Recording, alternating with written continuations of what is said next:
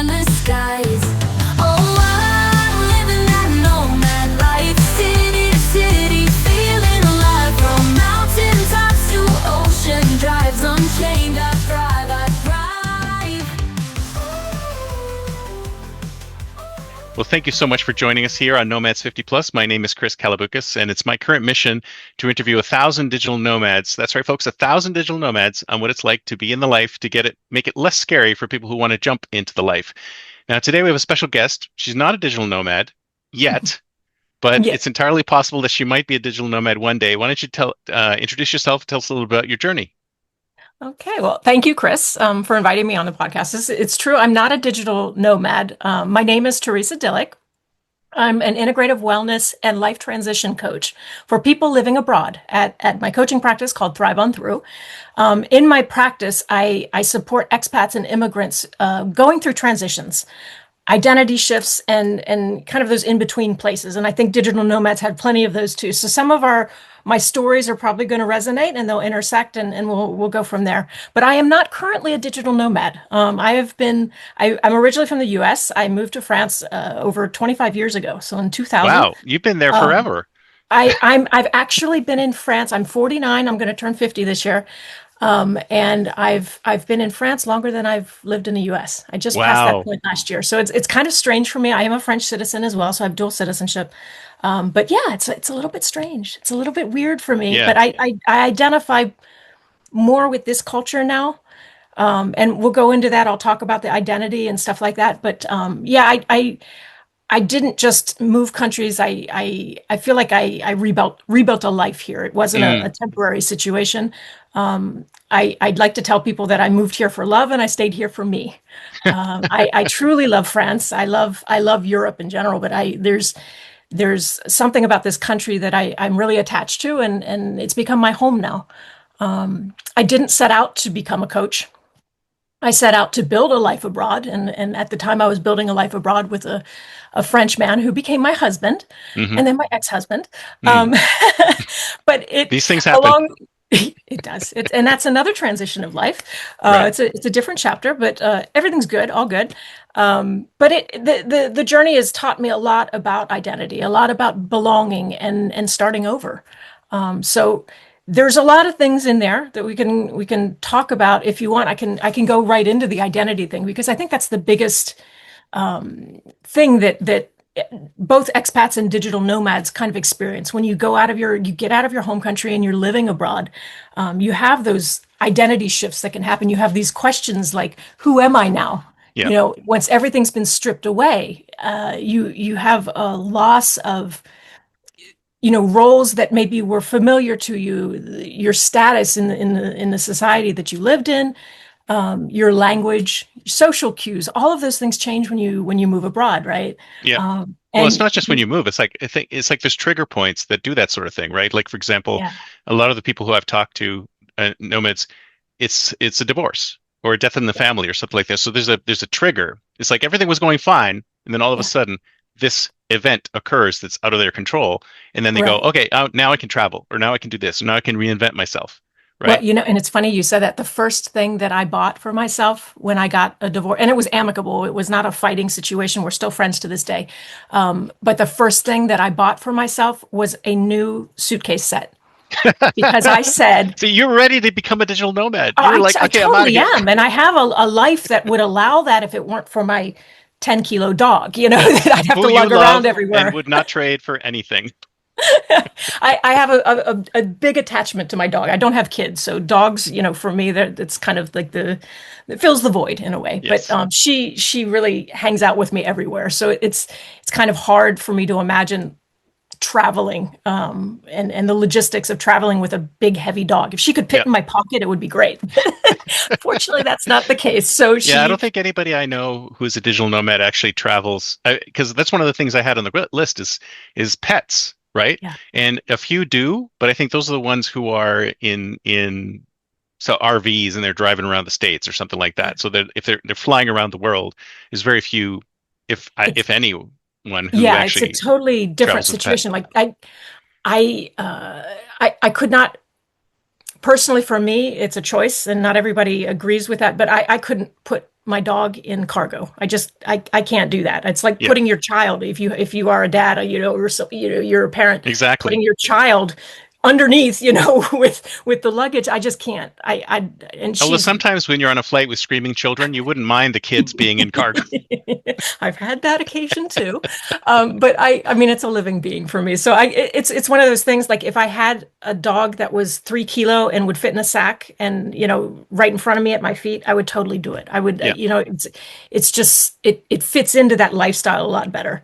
yeah. Unfortunately, Roxy is 5, so she's going to be with me for a little while longer, but I'll get to use those suitcases eventually. So. Yes, yes. So you were planning on traveling I or was. going somewhere. Well, that goes into the life transition kind of thing, around the time when I was divorcing my husband. I was also experiencing corporate burnout. Mm. And I had a career in advertising, that Wow, that's probably gave the me. easiest one to burn out in. My God. Yeah, it is. I mean, we worked nights and holidays and weekends, and Oh it yeah. just, you Were you with an don't. agency? Because I think they treat. Yes, Oh, I I was think with corporates treat agencies so poorly. yeah. It's unbelievable. I was I worked in an agency. I was freelance first. I worked freelance, and then I got hired in an international agency that's American based in the U.S., but had a Paris branch, and I was dedicated to an account that was for a major beauty brand, Mm. and that brand has a notorious reputation for being very demanding. Oh, no, Right. that's the nicest way I can put Are it. they But are they not all demanding though? I don't know of a they client they that's are, but not. there are different levels. Mm. There are different levels of demand, and people in the agency, they would come and they would go, and I actually held out for 10 years in that agency, and then Wow. it got to a point where it affected my health, and I had to that plus the divorce happening at the same time. I had to really take care of myself, and I had to make some decisions. But when you ask me, am I planning on traveling? Yes, absolutely. But Mm. because of that loss of financial security that I had at the time, Right. and because the agency life is, you work hard, but they pay you well. Yes. Um, You got to get some reward so for all the work you do. I mean, you it's do insane well. work. I'm very big about balance now. So it's kind of like, there's definitely a trade-off, but if you don't have enough time outside of your work to be able to spend that money and enjoy it, Yes.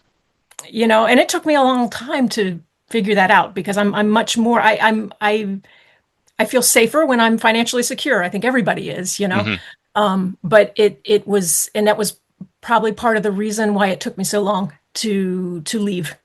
There was just a lot of changes all at Yeah. once. But yeah, it's definitely on the bucket list. It is. So It is. so that's when did you decide to reinvent yourself at that moment? Like when all these things happened at the same time. So you had the divorce, you had the burnout, you go, okay, now's the Had time for me to do something COVID. different. Yeah, Oh, there COVID it too? was. So Oh, let's it was. pile on the So, crises. Why do not? you want to hear? No, yeah. So I've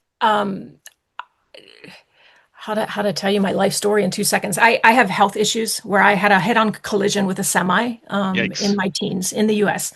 And so I still occasionally have surgeries to help with the bone structure and stuff like that. Around just before the time COVID hit, so it was like 2018, 2017, and 2018, I went back in and started having surgeries again. So Mm, I had a convalescence period. I had a marriage that was kind of falling apart. mm. I had the dog that I had at the time, it's not the one that I have now. That was the equivalent of our child. She had lymphoma, Oh my and gosh. we were So the dog getting was her having to health problems as well? Oh my chemo God. treatments. Yeah. And COVID hit. And if you were in Europe traveling at the time that COVID hit, or maybe not traveling, because of COVID, but it was a very difficult experience for a lot of people here. And I think in some ways, even more so in the US, because we had so many lockdowns and they were so strict, especially Hmm. in France. Like nobody came in, nobody went out, and you stayed at home, and you were allowed out for 1 hour per day in a radius of like a 1 kilometer radius from your apartment. Oh And you my had to God. have a note like from a doctor or from, if you were going outside of that space. So it was a very strange time. And at the same Mm, time, I can remember it like it was yesterday, but it feels like it was 10 years ago already. yeah, yeah. Well, you Excuse want me. to you want to get rid of the bad memories, right? You want them to disappear and recede into the background. Yeah. Yeah. Excuse me. And so at that time, yeah, there was a lot of stuff that was happening with surgeries, with the dog being sick, with the marriage, the divorce, COVID. And at that time, I was I was a resident, but I wasn't a citizen. It was something that I had put off for years. Hmm. I identified more with the French lifestyle and culture, and I never went ahead and did the paperwork because once you start that process in France, you have to finish it in 3 months. Like all of the paperwork Really? has to be dated less than 3 months, a lot of the paperwork. Wow, And so that's when one you're way to asking, speed up the process. well, speed up the process, but when you're working in an ad agency, because that was the Yeah, time when I decided I wanted to do it, it was like, when am I going to have the time to find yeah, all of to get the paperwork together? And because there's paperwork that has to come from the US, and it's like the time you ask, the time you get it back, yeah. it's a complicated procedure. And so when I was going through it, basically when my separation came up, it was like, okay, I need to get this done now. I need to solidify my, Yeah, you want to stay in my France, future. obviously. You Yeah, could you have stayed as a resident? absolutely. I absolutely Mm. could. I had a 10-year residency card that I had already renewed once. And they basically, when I consulted that year, I consulted with a lawyer to negotiate out of my contract, my work contract. So it was like a work lawyer. I had a divorce lawyer, and Jeez, and I had an immigration lawyer. It was a very expensive year for me. Um, we had a whole legal team. yeah, Didn't you feel I special? did. Unfortunately, I didn't have the financial background to support that sort of thing, but it was necessary that you have Yeah. to choose. But the person that I had hired was very helpful. They don't put the paperwork together for you, but they do tell you how to, get the best result and what order to get it in and who you need to see and talk to get these things and put them together.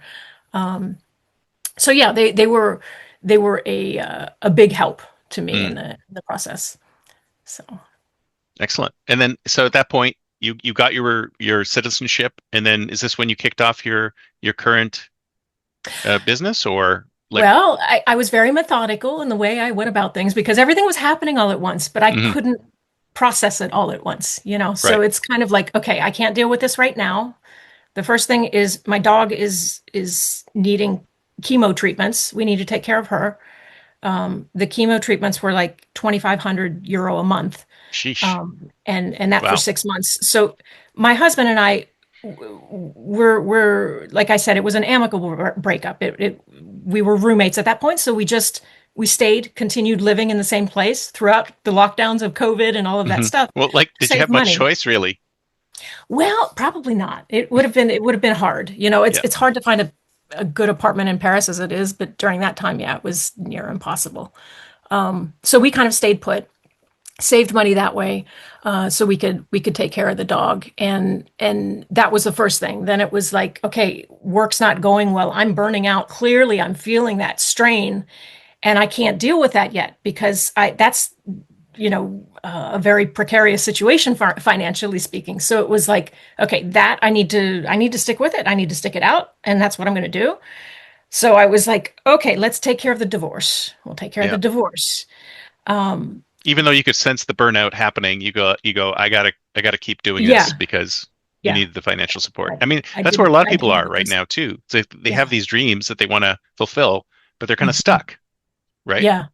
Yeah. It is. It's not an easy place to be in, but you can get through it. I'm living proof that you can get through it. But I really tried to kind of keep a lot of distance from the actual situation and look at it methodically, saying what's first, what's next, and after I get this done, what do I do? And so we had to start the procedure for the divorce, but I was also asking for nationality at the same time. So those were kind of overlapping, which was a very busy time. But I got through it.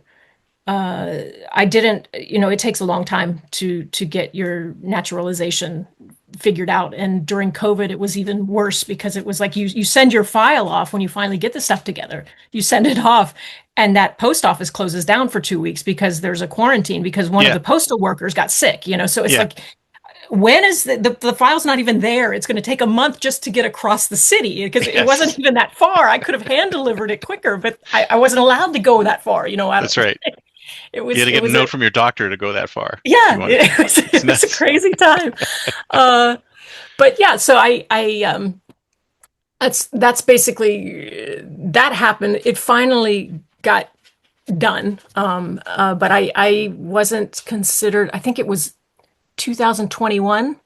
I think I had asked for citizenship. I sent in the application and all the paperwork in 2019, Hmm. and I didn't get, excuse me, until 2021. Excuse me. Oh, and it's supposed to take 3 months, but it actually took 3 years. Wow. That It took Oh, you. the timing. Yes. Usually, I think they tell you it takes 18 to 24 months, but that depends on the prefecture, basically where you're sending the paperwork off, and it's different for every region. There Hmm. are people that will wait 5 to 6 years to get their citizenship paperwork. 5 to 6 years. Hey, in Paris, it's one of the quickest prefectures. So I was lucky. I really do consider myself lucky to have gotten it that quickly. But it was, yeah, it's a process. It's not for the faint of heart. You don't really enter into that just saying, "Oh, I'd like to be French one day. Let's see what happens." It's because it will test you every step of the way. I mean, it's And did you have to, was there any prerequisites to being able to have this? Like you were a resident for this number of years, or do you have French ancestry or anything like that? Because I know there's some nomads I've talked to who are like, well, maybe I want to settle here one day. Mhm. And the what they have to go through to become a citizen of that country Yeah. there's a lot of restrictions depending on the country. There is, and it's different even in Europe from one country to the next. Nobody has Yes. the same, uh, criteria. In France, it's changed quite a bit even since I applied. The language, is my understanding, is the language requirements have gotten a little bit more difficult. Oh, You have to really? have a better level of French to be able to do it. I went to the Sorbonne when I came over. When I first moved over, my first thing was to learn French really well because the 3 years of high school French it wasn't gonna cut it. High Um, school languages are just like performative, I think. I don't think they anybody are. actually realizes I think really you learns you anything. you remember maybe a couple, if you're lucky, a couple of verb conjugations and all the bad words. Yeah. At You that always age, start you're with the kind of bad words. giggling through it. But yeah, I couldn't, when I first moved over, I couldn't construct a phrase, one sentence. Mm, I did have, I could recall certain conjugations and things like that. I didn't have, a huge vocabulary, but I couldn't understand. Parisians speak very quickly. mm. It just kind of flows together as one big long word instead of several Oh words yeah. in a sentence, I can't piece it out. I did French too because I'm originally Canadian and they teach you Oh, French. okay. You get French Mhm. in Canada. So we that's our second language. So I did French too in high school and I cannot piece it out. And Quebec Yeah, French is very different from it Parisian is. French is very Yeah. different from all different kinds of French. So, but like, when you first got there and you were speaking English, was that a barrier? Um, Well, yeah, it was. When I came over, I had my French fiance. So there's something there that I had somebody to kind of lean on and help me Right. out. And the thing about language, I think people, unless you've had that experience of going abroad and experiencing a different culture and a different language, I don't think you realize how much of your competency is tied to your language skills Yes. and your ability to express yourself. And when you can't do that, it's not just frustrating. It destabilizes you in some of the worst ways sometimes. I mean, I've worked with clients where it gets to the point, it's like, why am I even here? I can't even talk to people. Yeah. How am I going to meet people if I can't talk? How am I going to, and I experienced a lot of that. I was lucky and fortunate in the fact that when there was a government office to go to, he would come with me, Mm. so it would smooth things over, and I kind of hid behind that for many, for a while. I had 2 years of French at the Sorbonne. I came out with a linguistics degree, but the first year was only like grammar and orthographe, pronunciation and things like that. So I could, I started to be able to understand the language. I had a fear of speaking it.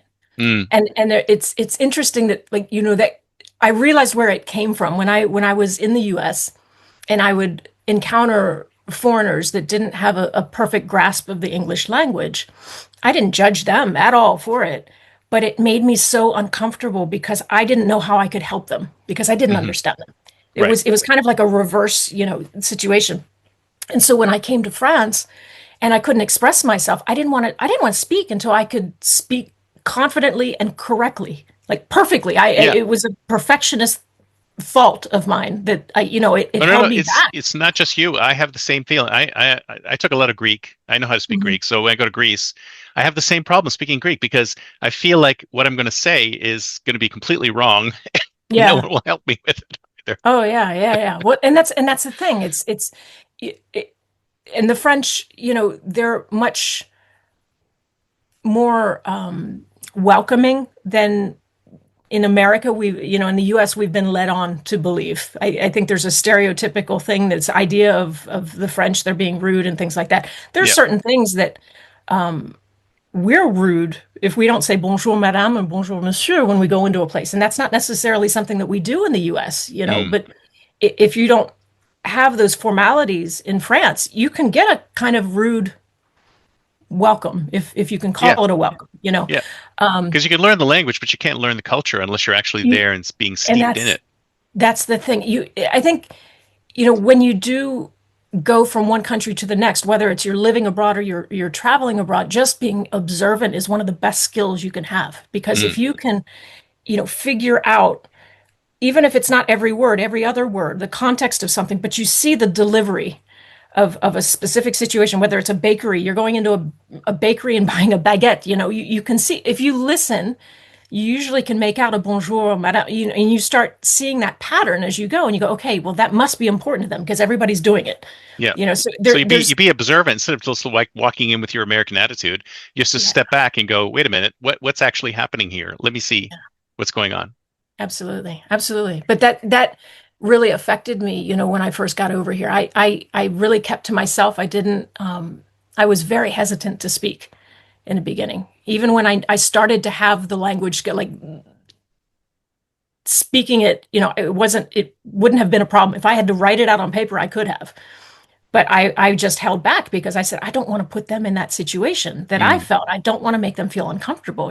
When you find out now, it's like if you make the effort to speak French to a French person in a restaurant or whatever, even if it's wrong, they're going to appreciate it. They might switch into English right away to help you out. hmm. And it's not because you're not speaking French. It's because you were respectful enough to try and speak their language, and they're trained to speak English, a little bit with a little bit more ease. So they'll just switch over to make it an easier experience for you. Yeah. But it really goes a long way, and I'm sure you've had that too when you travel. If you can say things like hello, thank you, in a local language, it goes pretty far. I think It it doesn't. depends on the culture. Yeah. I've tried in Japan and I'm like, woo, they can't either my pronunciation is terrible Mhm. or they just don't want to talk to me or whatever. In Oh, France, it's a little really? bit better. In Greece, they're happy that you tried. They're Yeah. they're happy. And So every culture is different, in I Greece, find. yeah, it's kind of what you're explaining in Greece. It's very similar to what I could say about France. It's just people are appreciative that you make the effort to try, Yeah. and it won't. I tell people that it's not going to necessarily open every door for you, but it'll keep it from slamming in your face. Yeah. Well, would you say that was one of the most difficult things for you as an expat moving to France is to pick up the language, or like what other difficult things were there that you had to go over? Well, the difficult things, the bureaucracy is such a big one over Right. here. The bureaucracy is killer. It really is, I don't know. Our bureaucracy is pretty bad here too, so well, it's it actually it worse in exists France. in every culture. Hmm. But my experiences in the US, of course, I've never gone through the application process to be a resident or, a citizen in the US. I was born into it, but my experiences with official documents and government and things like that, they will give you a list of the items that you need, and that's what you need, Hmm. when you go into your appointment or you have to apply. In France, it's kind of like that's a set of guidelines. Mm. And when you go in, you'll Here's go some in with that list. suggestions for things It that you is, might and need it's to you provide. and you need those, but what you don't know is you probably need five other pieces of paperwork that they didn't have on that list. Hmm. And so you go in after taking the day off to go in and apply. And that day, like when I was applying for residency paperwork, you actually physically had to go in and give your paperwork. I don't know that that's done that way now because my citizenship stuff was mailed off. Mm. Didn't have that. But yeah, it was like you would take a day off. You'd go in thinking, okay, I'm going to get this in and get the process started. And they'll look at you going, well, you don't have this. Why don't you have three copies of it? This is because you told me I only needed two. Well, no, you need three. And it's kind of like it felt a lot to me in the beginning. Like it depended on just the person across from me, Yes. how they looked at me, how they judged me, and how I was judging them or whatever. But it felt like it was just by feeling that they would tell you you need this or or everything's good, Oh yeah. Yeah. there's in No, that I get part the of exact same thing. It's the same thing that I had to go through for Greece, and yeah. just getting a bank account. I have a citizenship now, and Mhm. just walking into a bank and asking for a bank account, I had, okay, you need these 12 things, and I'm sure if I brought these 12 things, there were probably another three or four things that were missing off that list that I would Yeah. need to bring, but I wouldn't know. So it really does help to have somebody who speaks the languages and the culture to be able to guide you Yeah, through that. it's just the connection with the language makes a huge difference. Mm. That because my husband at the time, like he had no idea what paperwork I needed. He was going off the same list that I was given. Yeah. But when we would go in and give the stuff, he was there to be able to negotiate. And in France, that's a thing. If it's like you'll get a no automatically, and you have to work for the yes to Yeah. get the yes from the person. And depending on your language skills, that can make a difference. It's unfortunate, but that's the way it is. But that Mm. when you ask me like what's the most difficult thing, French language is not easy to learn. Mm. Like they have rules, they're easy to learn, but they have so many exceptions to the rules that it becomes a very complicated language. But I got through it. I studied nonstop for 2 years and learned what I needed to learn. And because I got that diploma here, I didn't have to take the language tests when I was Oh, going that's into. good. So there were some benefits here and there, from that. But the thing for me when I moved over, I was a type A Hmm. personality, and you You can't be say a type was A like it was in the past. personality. It's in the It, past. You're no yeah, longer type there's A? no, no. I came from a background. If my family watches this, they're going to laugh. But I came from a very disciplined background. My family is a military family, Oh my. um, conservative, Republican, Catholic, and military. So everything was disciplined. You had to have the bed made every day. You had to have the room cleaned by a certain time before Dad got home. You had to have, homework was done before you got to watch TV. So you had a very structured upbringing, and there were elements where in the US I feel like there's this element where you smile even if you're not happy. Hmm.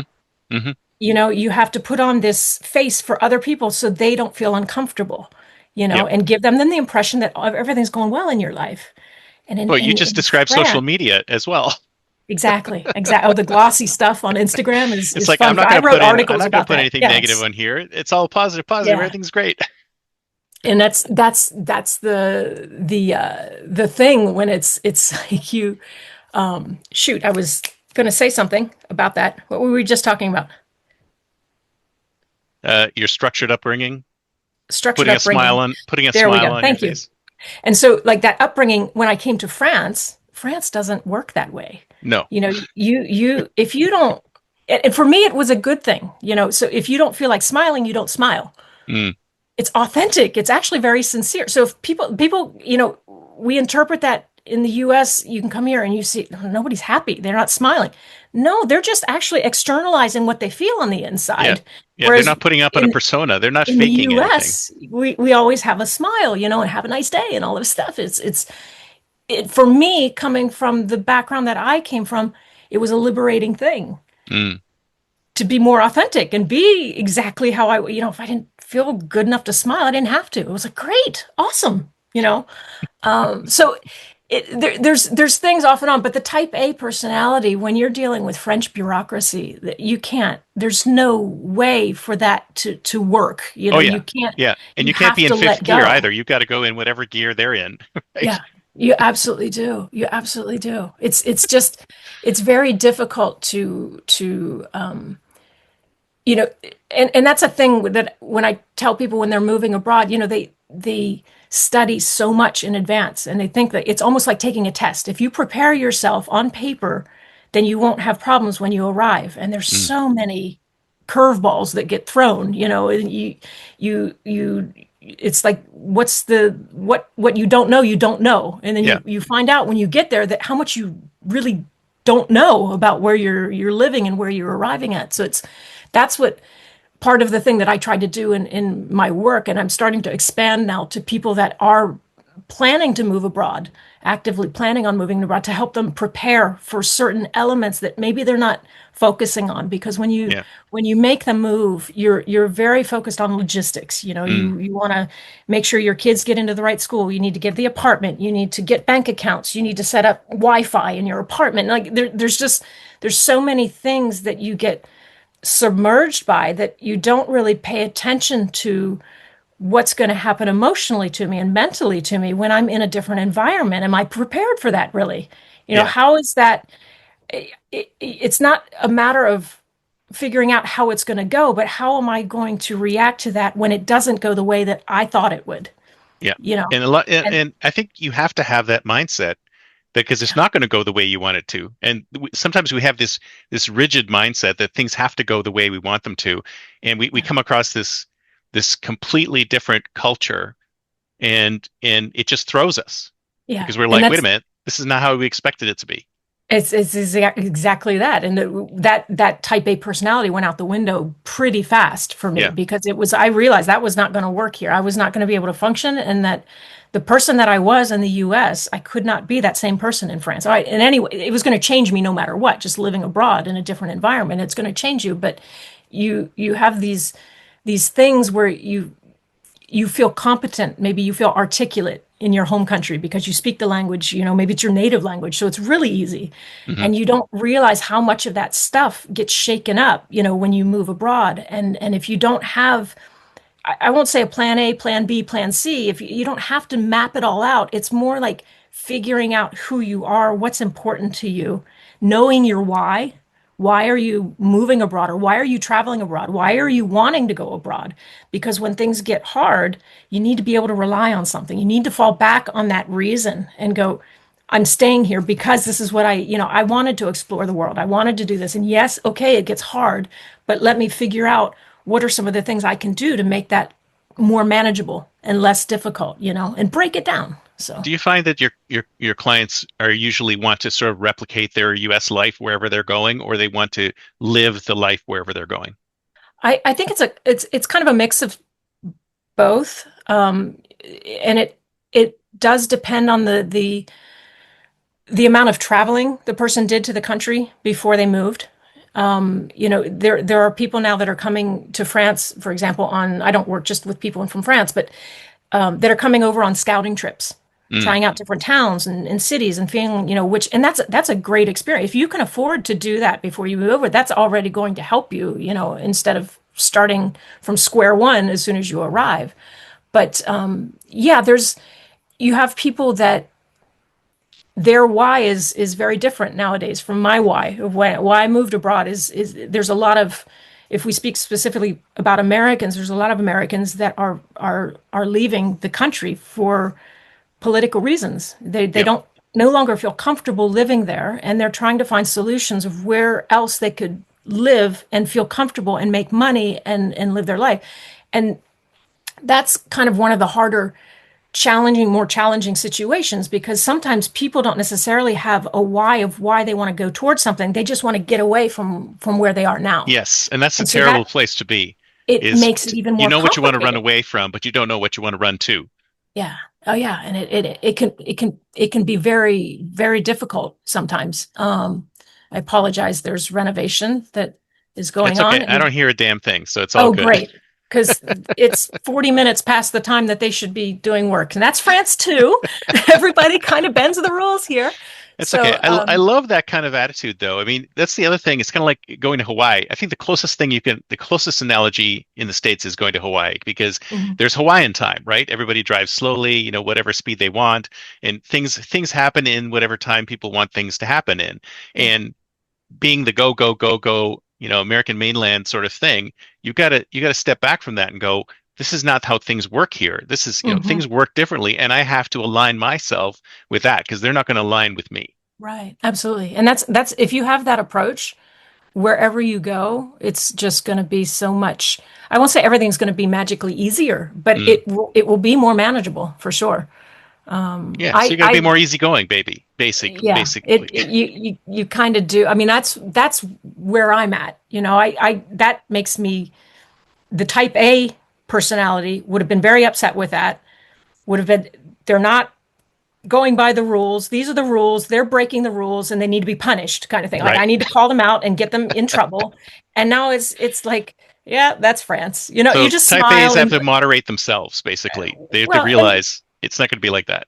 yeah, and it's a thing where I mean, and that's part of the things that I've gone through, have gotten me to a place where you realize that you can't control everything around you, but you can control how you react to them, right?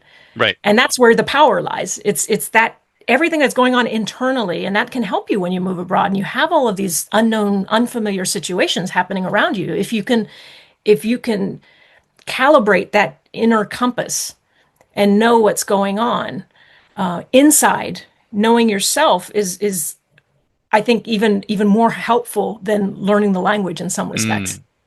So, Because if you know yourself, you know how you can handle things, you know how where your limits are, what you right, can do and and so that helps you get clarity on making the decision. It's like right. if you're a digital nomad, you're in a country, you said, I'm going to set up here for 2 months, and you go, you know what, I don't like this as much as I thought I was going to. What's important to me? Is it important to have, the stability of I already have the apartment and I already, do I care about figuring out visas in another place now at the last minute? There's so many things that come up. But when you need clarity on an issue, I've found that if you can figure out and you know yourself and you say, okay, these are my options. And instead of overthinking on 80 million, you go, I'm going to go this way. And that taking that action is going to create the clarity that you need. You're either going to find out that that's the right direction to go in or that's not for me. So I'm going to try one of these other options. But staying in that like gray area where everything's unknown and you're feeling bad and you don't feel like you have control. It's one of the worst places to be. Right. So But some people thrive in that kind of environment, especially when you're traveling. those people need to work in ad agencies. Because they're They're nuts. perfect profile. So what are So, some of the other issues that people experience when they're moving to the countries um, and want to? loneliness is a big one, whether they're Oh yeah, I was moving, going to ask about that. That is, there's yeah, it's a big one. It's one that comes up quite a bit where your social circle is kind of reset to zero, yeah, you're exactly. starting over. And in a lot of ways, you're kind of like a kindergartner again. You're not starting over and as adult because you don't have the grasp on maybe the language, even. So you're kind of like a 5-year-old out there going to kindergarten for the first Yeah, time, seeing all these people around and going, what do I do? This is completely foreign. And when you're in, later on in life, when you're an adult in your 40s and 50s, it's even harder to make friends, and you oh you yeah, kind of are set in your ways. You have a specific idea of how you want things to, who the type of people you want to be around, and maybe those people aren't accessible to you, in the yes, in the town that you're in or whatever. So you kind of have to be a little bit more open and adaptable, I would say. Um, there's things that I think digital nomads maybe even to some extent experience more than people that move abroad and stay in the same place. It's the constant goodbyes that you yeah, have. Because even if yeah, when you do make friends, maybe those people have already been there for a couple of months and they're ready to head on out to a new country. I've experienced that over here when I came here. I had my fiance's friends that became my friends. So I had kind of an instant Yeah. circle, which it made it easier. I'm not going to lie. There were certain things that I could, I can say it. I didn't have to start completely from scratch, but they were still his friends in the Hmm. beginning, you know. My friends came from the people I went to school with, but they're the people at the Sorbonne, some of them are only there for the year. They're there for a gap year trying to Yeah. learn French. They're and I moved abroad. I was in my 20s, so it was a different situation also, but you have this situation where you make friends, you tend to go very deep very fast with those people because they're all in this kind of a similar situation. Yeah.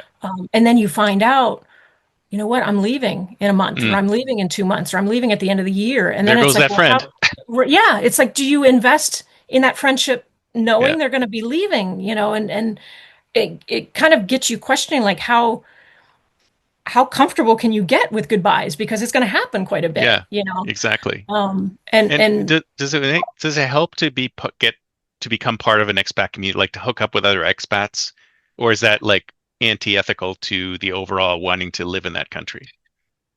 well, there's a difference in my mind, and I think in the mind of a lot of people, between an expat and an immigrant, Hmm. right? I kind of interchange the two because I work with people that maybe they come over for a few years as an expat and then they decide to stay, but they don't necessarily identify with that immigrant label as when they come over, So there's different situations, I would say, depending on where you are and what your goals are when you move abroad. But it can be difficult. Yeah, it's there's I'm trying to gather my thoughts. I'm sorry. That's okay. What was No, I'm so sorry. My ADHD is creeping up on me again. so you're like making friends, so you're lonely. You're in Yeah, France, you're an American, you just got here, you're lonely. Would it make sense to go to expat meetup groups and hang out with thank other you. Americans, or Yeah. it's like don't do that? No, I would never say don't do that. And especially when you first move abroad, I think it can be a very good thing. When you don't speak the language, you need to have a connection of some sort. Right. But there is a point to where if you want to immerse yourself in the culture and get the most out of the country that you're in, you're going to have a much more enriching experience if you mingle with the locals, if you Yes. if you interact with them, if you figure out, even if you can't speak but 3 words in the language, maybe they can teach you something. Maybe there's a give and take there. There's a lot of opportunities for connection that we don't necessarily think of when we first arrive in a new country. But I'm not one to say don't go to an expat group. And even if you plan to be an immigrant right away, I came over. I was on the immigrant track. Yeah. And I still hung out with English speakers because there were times where you get home at the end of the day, your mind is just filled with, like, for me, it was French classes. I would come home with huge headaches, Mm. and you have this like decision fatigue that happens no matter where you are abroad when you're in a different culture and things like that. You're just tired all the time, and it was nice to be able to have that, to go and talk to people in English from time to Yeah. time, just to kind of take it down a notch, because it can really wear on you, otherwise. What I would recommend is that, as a year goes by, or a year and a half, if people are comfortable enough to reach out and to start interacting with local culture and people that, I tell people, go to a hobby. What's your hobbies? What do you like to Mm. do? Search that out, because that's going to be your basis for connection, building a connection with people you don't know, Yeah, that makes sense. and even if you don't have, the language skills to get by. I mean, if it's a pottery class or a yoga class or something, you're still going to be able to have a connection with people that can lead to a deeper connection or deeper friendship later on. But yeah, it's a thing that loneliness, it'll come up, I think, no matter what, no matter how long you're going to be abroad for. You're going to have these moments where you wish things were a little bit easier, and you can get nostalgic. You can get, you can fall into this place. And I tell people, it's not, loneliness isn't just about people. It's sometimes it's about not being mirrored Mm, back in familiar ways, if that makes sense. It's like yeah. when you're back in your home country, you say something, you kind of anticipate how they're going to reply, and it follows a formula, Right. that your brain understands. Yeah. And when you come abroad, if you say something that's too abrupt or too direct, like you would in your home language in your home country, that can get you a different result, and a different to say it nicely. And so those experiences where those things aren't being mirrored back to you in the same way, it can be destabilizing, and then you start to really feel isolated. It can happen, or you feel very alone. But yeah, loneliness is definitely a thing.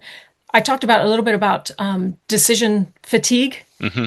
and there's a big one. I think that there's, to some extent, there are things that with digital nomads are maybe even more pronounced than people moving abroad.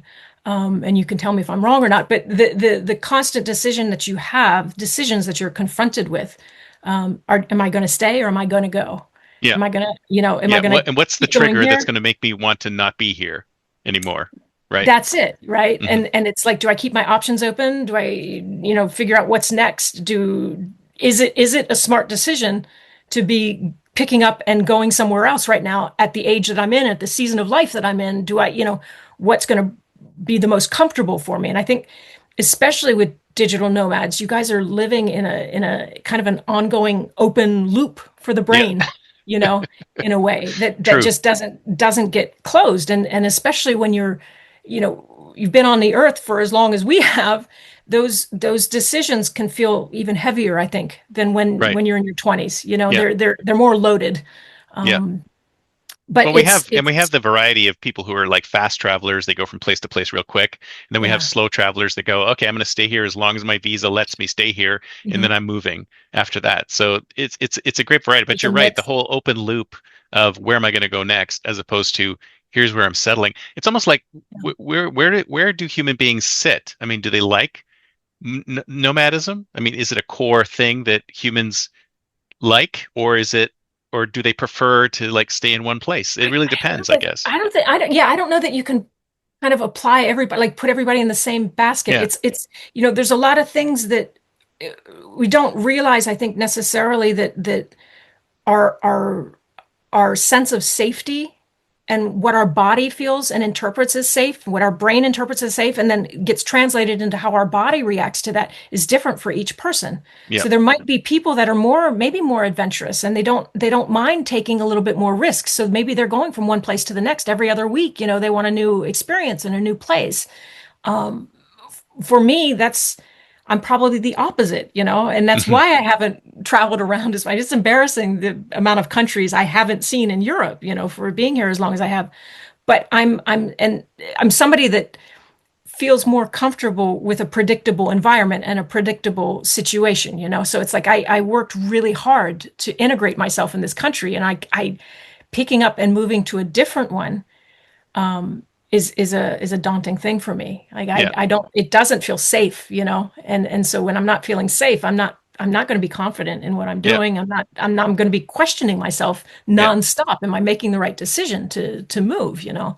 And I'm finding a lot of the people I talk to do have that as an option. They think to themselves, Mhm. well, maybe I'm just looking for the place I need to settle in.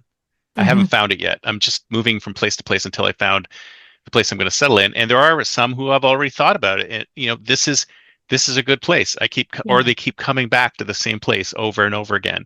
So there's Mhm. something in that space that talks to them, and they can start making those long-term connections, those actual friends, because they Friends. see them every time they go back there.